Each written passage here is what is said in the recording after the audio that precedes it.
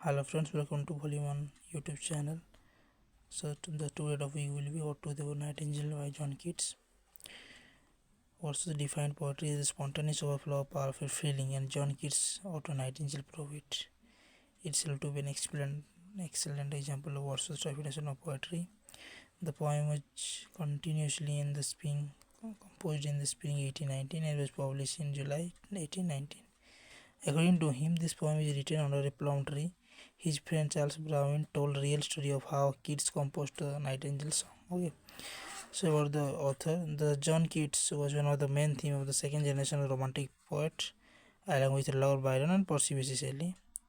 But his work was published for only 4 years before his death from tuberculosis at a very young age of 25. A few weeks after Keats' death, Shelley wrote Adonais, which is an elegy of Keats' six major odes of 1819. Okay, so the first ode was the Ode to Psyche, and the last was to Ode to Ottoman.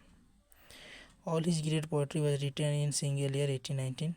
Okay, Ode to a Psyche, Ode to Melancholy, and he say beauty is truth, and truth is beauty. So, in other words, beauty is all we need to discover the truth, and truth is itself beautiful. So, the main theme of the Nightingale are death, morality, immorality, nature, human suffering, poetic imagination. According to him, death is the end of all the people, which is unavoidable, and if man wants to best survival, then the nature love is the best place to live. Man always suffer on this earth, and the poet wants to be free from all this misery, just like the Nightingale. Explanation of the poem. In the very beginning of the ode, the poet describes how he himself, in a state of oppression and painful lassitude, after listening to the bird song, he is impressed by its beauty and joy. But he is not only jealous of the bird's cheerfulness, rather he is extremely delighted because of the bird's joy. In the second stanza, no more he wants to stay in the human world. He expresses his intense yearning to run away from the world of the human suffering.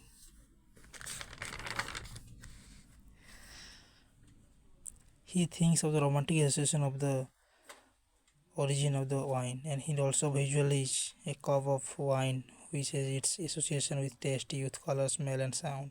All these help him to discover the Nightingale into the deep dark of the forest. In the third stanza, the bird is not only all worried about the sorrow and suffering of the humans.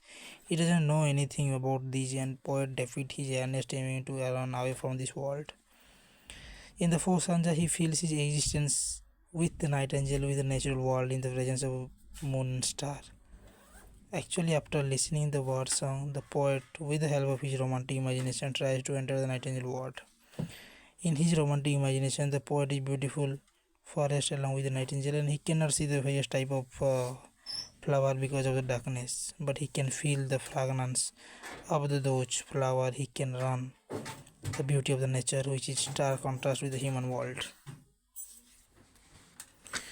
So in the sixth, seventh aja, okay, he can easily accept each full death in the beautiful and the elastic world is the accompaniment of the Nightingale song. It's an extra achievement for him to die in the midst of the sun and ecstasy. So he invoked the each full death, but even after his death, the bird will continue to sing such beautiful and Keats sentimental and reflective sensuousness and achieve the highest form of In the seventh stanza, now the poet calls the bird an immortal bird. The bird is not born for the death because of his immortal voice.